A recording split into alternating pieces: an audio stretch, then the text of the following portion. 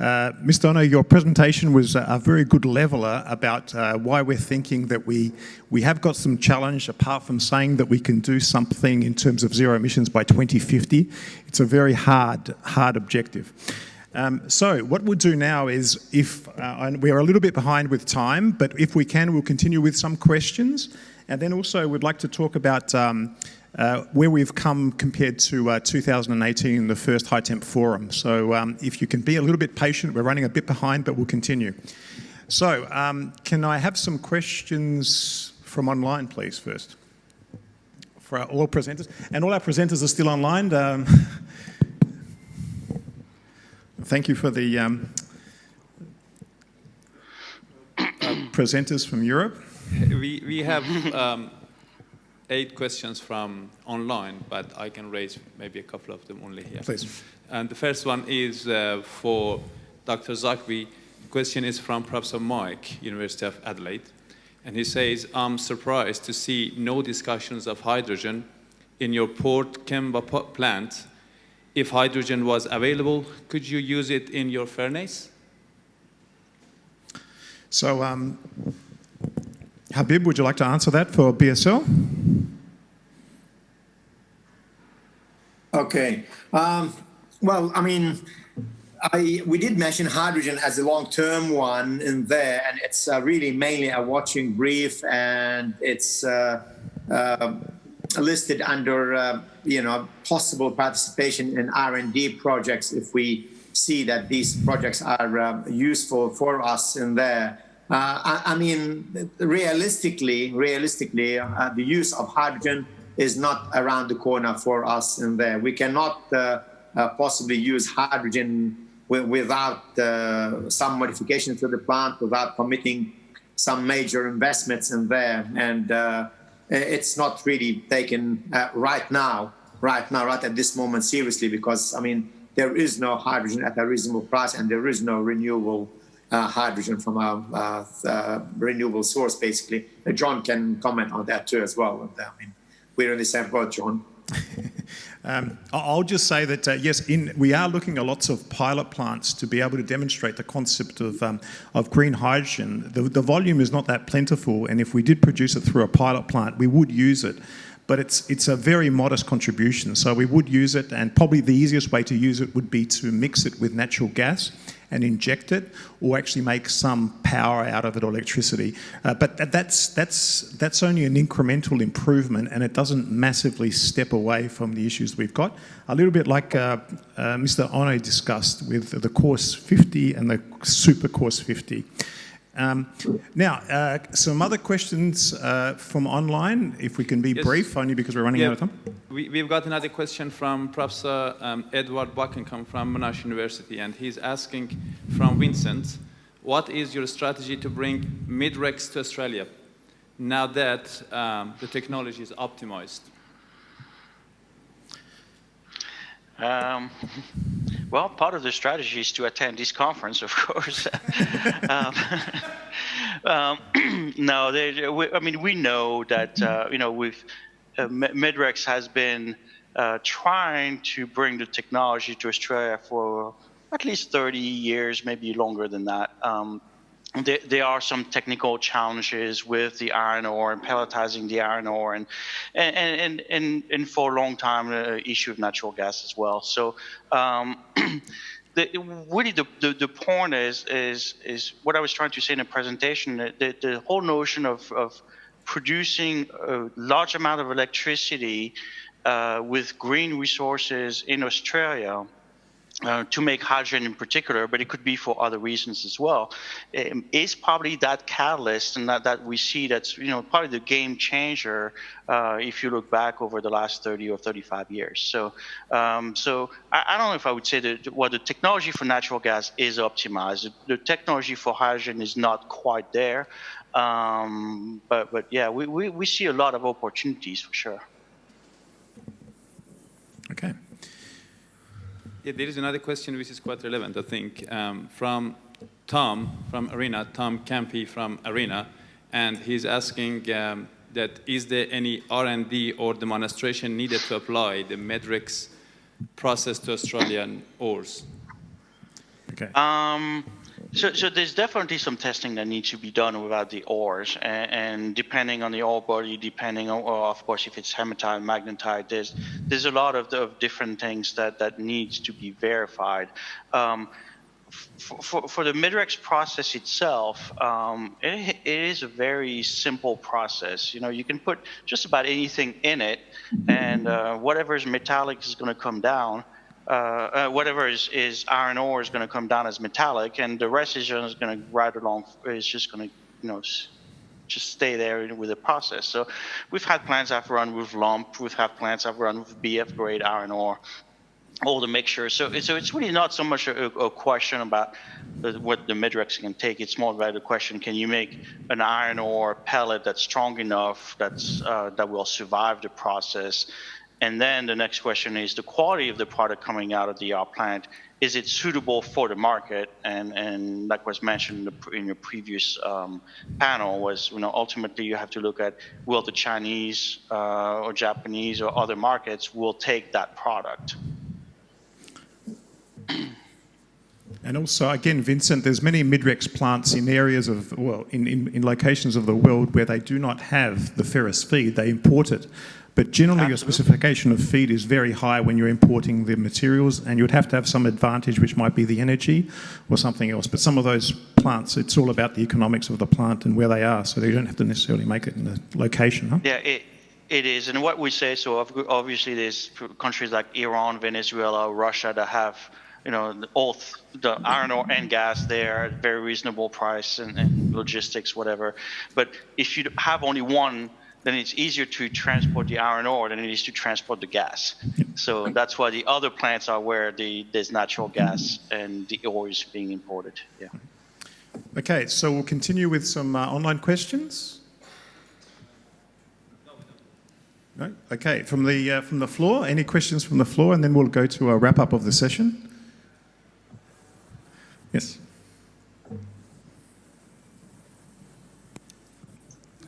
Hi, this is Masa Soenaga from Nippon Steel. Thank you very much for all presenters. My question is to Vincent.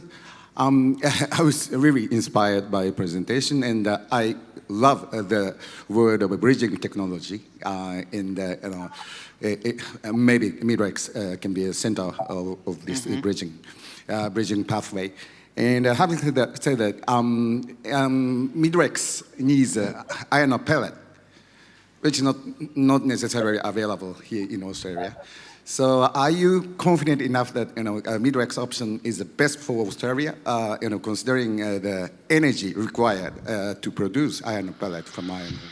And the second question is that, you know, over the bridge, there's 100%, you know, hydrogen reduction is in kind of horizon.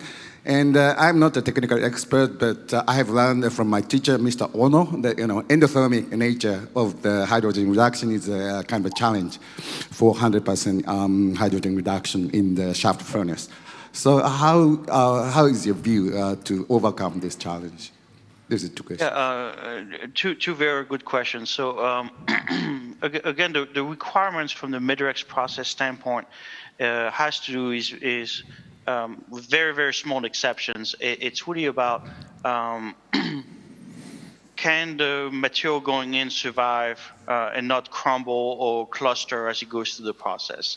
So that's why we typically use pellets in the process, but we can use lump as well. So without pellets, and we understand that the complications or the added cost and environmental impact of pelletizing. But every technology that's using any kind of form of iron ore has its challenges as well. I mean, you know, as fluidized beds, as we discussed, is also can be quite challenging for different reasons, but similar. So, you know, pelletizing is something that is done. It can be done. And it can be done economically with the right material and the right under the right conditions. So. Yeah, the second challenge, and absolutely you're right, and Mr. Ono, you're right to point out in your slide, is the energy. So I did mention that presentation. You know, carbon is the right molecule. It provides a lot of good things. Unfortunately, it creates a lot of CO2. But it is absolutely a challenge that we will need to provide more energy in a MEDREX process with pure hydrogen that it will, if we have CO. And that's the reason, honestly, the MEDREX fathers came up with that ratio of 1.5 hydrogen to CO ratio. Hydrogen is more efficient, but the CO gives you the heat. So by that ratio of 1.5, it's not quite a thermal equilibrium, but it's pretty close in the furnace. So if you get rid of the CO, you need to provide other energy. So we're building we're engineering that pilot plant for ArcelorMittal in Hamburg that will demonstrate 100% hydrogen. And that's one of the key challenges. How do you get that energy into the furnace? And we have several options. I mean, they're not complicated options. You just need to provide more input one way or the other of heat. But like I said, it's not free. You have to provide that energy one way or the other. Okay, any more questions from the floor? Okay. Now, particularly Professor Markus Reuter, you've been very patient. Now, we'd like to actually, if we could, have a team conversation about changes from the first High Temp Forum.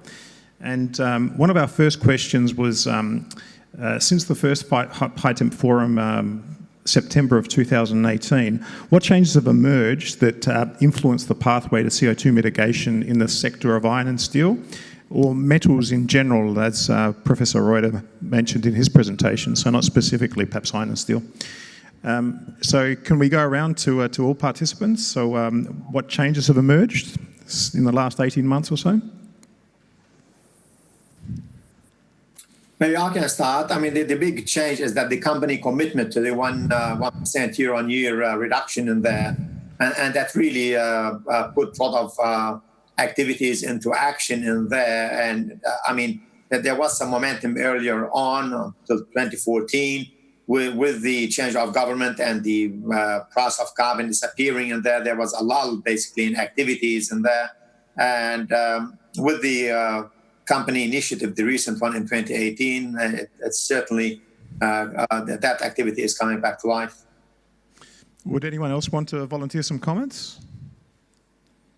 Yeah, from my side, specifically here in the EU, the Green Deal, this circular economy discussion, and looking at the big picture as well is looking at that whole supply chain, which is really important. So it's not just the technologies, but it's the big picture.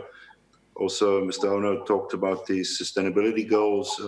How do you merge all of that? It's a pretty nice optimization problem, but I still feel the metallurgists play a key central role in all of this. And really hearing the other discussions on hydrogen, the Power-to-X discussion, linking that to metallurgy, all projects that are actually happening here in Germany as well.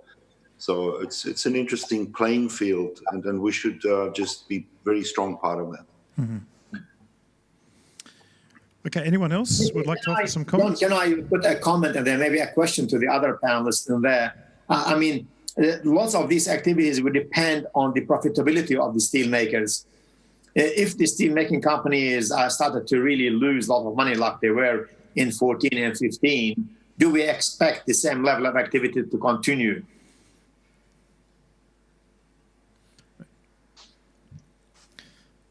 Mr. Ono? Yeah, from Japan. That is a very good point. And in case of Japan, the cost 50 and super cost 50 and hydrogen deduction, they are fully supported by Japanese government, because we share our strategy with our government. So that is a very good point. If we cannot get that support, financial support from the government, or it is very difficult to keep going this kind of things. And also, I want to mention that the change of the situation last 2-3 years, because of the Paris Agreement, we have to make the long-term vision. So that is a big change last 3-4 years. And the steel industry, especially in Japanese steel industry, used to be a very, very conservative. So they maybe we didn't say anything about the future vision or something like that, but we have to do right now. So any other comments on that question about changes since HiTemp 1? All right, there's a second follow-up question, which is the current barriers. What are the biggest barriers to CO2 mitigation in this sector or the materials sector overall, Professor Reuter? Well, we can probably go on for a long time to discuss those, but just one that's interesting, we're just discussing very intensely also the whole battery industry. I think that also linked down to the FBI CRC that you know about, is what are the barriers just about clean metals, the supply chain, the design of the products, closing the loop, making it available to the consumer, mitigating or making those barriers of just transport of materials, of residues, of etc. between boundaries are extremely important. And as I said, discussions of those are just going on at the moment with, among others, with producers, but OEMs, etc. Just defining sort of circular economy ideas, specifically also addressing the economics issue that was mentioned many times. So how do we play in that playing field, and how do we ensure that there's a easy flow of stuff between these is a barrier that we have to look at carefully. Okay, we will continue. So everyone's patient enough to continue. We'll see if we can exhaust the questions. Just also, Professor Markus Reuter, in your presentation, you had a very nice schematic about how that wheel could be incomplete if we don't address all items. But would a barrier also be the fact that we're considering these things? So you were talking, I think, mostly from a European perspective. So if we consider locally or regionally, perhaps the barrier might be enforced artificially, and perhaps what the challenge is, and we can see that from Mr. Ono's presentation, is if we look at this as a global issue, the barriers ought to be quite consistent rather than region by region. I'm not sure if you've got a comment about that. I agree. Circular economy is not just a European thing. It's a global thinking. Japan is sort of thinking that way. The idea, for instance, the Port Pirie smelter down in your parts of the world was really, for me, always this global equipment that was situated in Australia, but it is also linked also to Nyrstar and other parts of the world. And so looking at that big picture, now it's not just local, it's global and global. But ensuring that those supply chains, like, for instance, the battery thing is, how do we get a clean sourcing of that from the mines in, say, in Australia to producing the batteries perhaps elsewhere and bringing them into products and actually closing the loop back, and actually having Australia, for instance, processing the black mass or whatever that is there. So looking at that big picture, that's what I'm trying to convey. It is a system, and it's not just about iron and steel, but it's all about the cobalt as well. That is on the back of copper and lithium, spodumene. That's part of your country. So yeah, it's not just it's not just EU. It's a way of thinking, going from a linear thinking, sort of dig and ship, but actually looking at the big cycle and bringing it back. Okay, so we'll just continue. What about enablers? What opportunities have emerged in the sector that we're talking about, materials in general perhaps, from 2018 to date, which have given us perhaps some potential to overcome the barriers we discussed? Are there some positives? Is that directed to me or? No, it's to the whole panel. I think if we look at those barriers very carefully and we take the lead as metallurgists in general, We have, and that's the type of message I try to bring also in Europe. We are well positioned actually just to be proactive, not just defensive all the time, and be clobbered on because the CO2 footprint is what it is. No, we need blast furnaces, we need electric arc furnaces, we need Midrex processes within the big context, and we have to show that. Yes. And we have to convince also policymakers of that importance. But that's not so easy. Just to show all those numbers in a reasonably understandable way. So what is the barrier? I would say let's also communicate what we do to the general public not just in the usual, we have this type of CO2. No, we are key to the circular economy thinking globally. Very good. Okay, any comments then? We'll move on to the commercial readiness. What's the status of the commercial readiness to scale up the industrial processes? I think we got a very good indication from the presentation that Mr. Ono had, but also the Midrex pathway for the future when hydrogen is plentiful and green. But perhaps we can link that to both questions, pathways for the next 5, 10, 20 years. Any comments that could supplement the presentations?